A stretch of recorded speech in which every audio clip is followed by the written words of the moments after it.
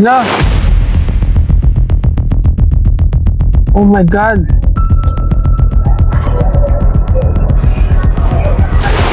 No. Oh no.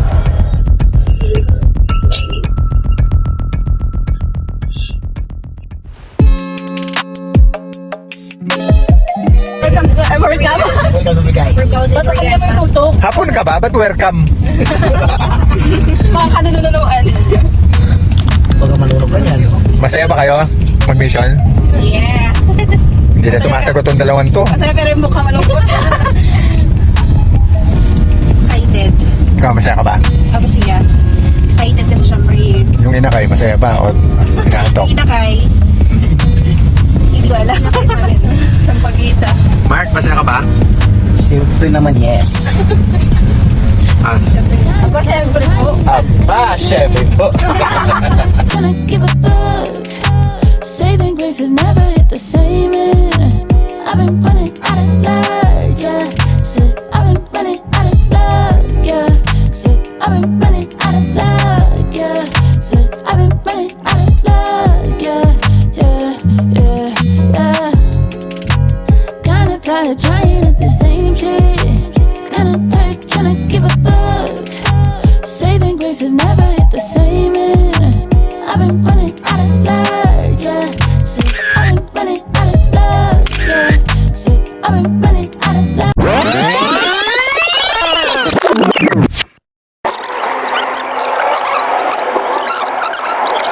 Okay, so for this particular video po, ang dami pong nangyari. Dalawa po actually. So yung una po na pangyayari is I almost didn't go sa Bicol, sa mission. And ipapakita ko po sa inyo yung reason kung ano pong nangyari. Before po ng mission, or before po kami magbiyahe, something happened to me. And I was able to make a video nung day before ng travel namin. So, panoorin po natin. Hello po mga kagala. So, tomorrow po is the big day.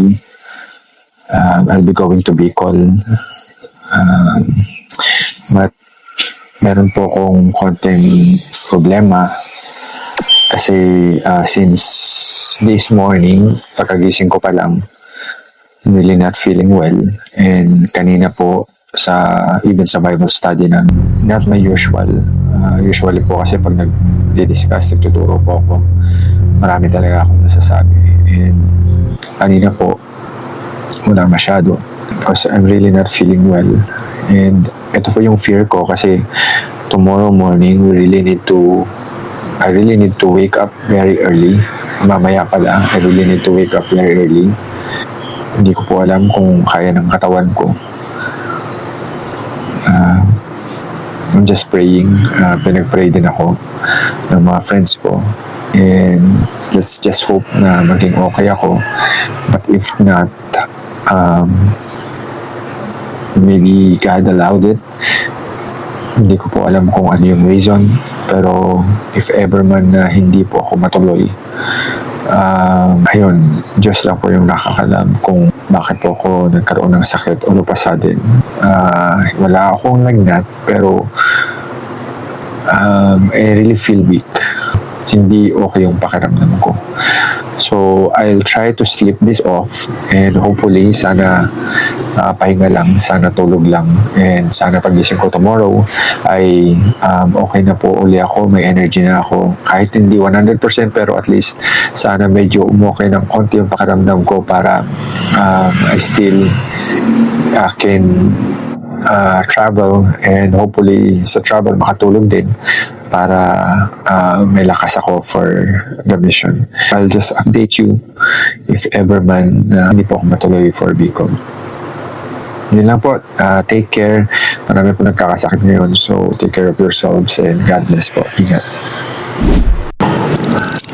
Ayun, so gusto ko lang po i-share kung ano po yung nangyari, bakit po ako natuloy sa Bicol. So ganito po, when I woke up around 3 a.m. po yun, I'm still not feeling well. Sobrang masama pa rin yung pakiramdam ko. Halos walang napagod dun sa pakiramdam ko. When I check my cellphone, nabasa ko po na nag-text na nga po si Pastor Leo asking me kung matutuloy ba ako. So this is around 3 a.m. Ang usapan namin around 4:30 to 5. Pupunta na ako doon to meet with them kasi aalis na ng mga around 5:30. Pressure po ako, na stress ako because I really don't know. Last minute talaga na hindi ko pa rin alam. So that time nung nabasa ko po yung message ni Pastor Leo, I started praying. Talagang tinanong ko si Lord, hindi ko na alam kung anong gagawin ko. I'm really still not feeling well. So paano po ba yung gagawin ko? Should I go? Should I say na hindi na talaga ako tutuloy? Grabe, sobrang bilis lang nung sagot ng Lord sa akin. While I was scrolling yung cellphone ko, siguro ilang segundo lang talaga, nagulat ako doon sa nabasa ko.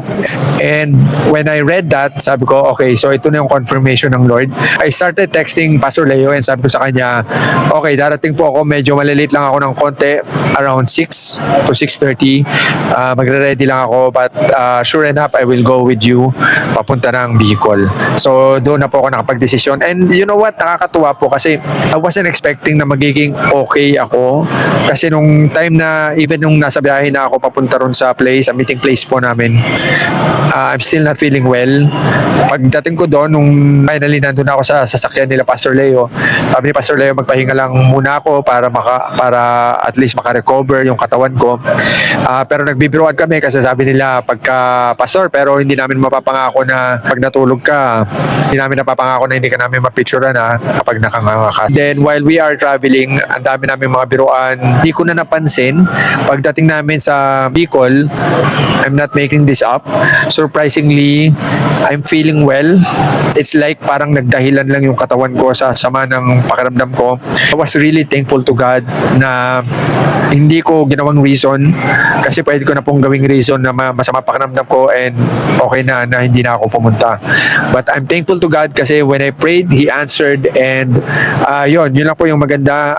When you pray to God, sometimes God answers in different ways, and sa time na yon, He answered me through this quote, and ipapakita ko po sa inyo.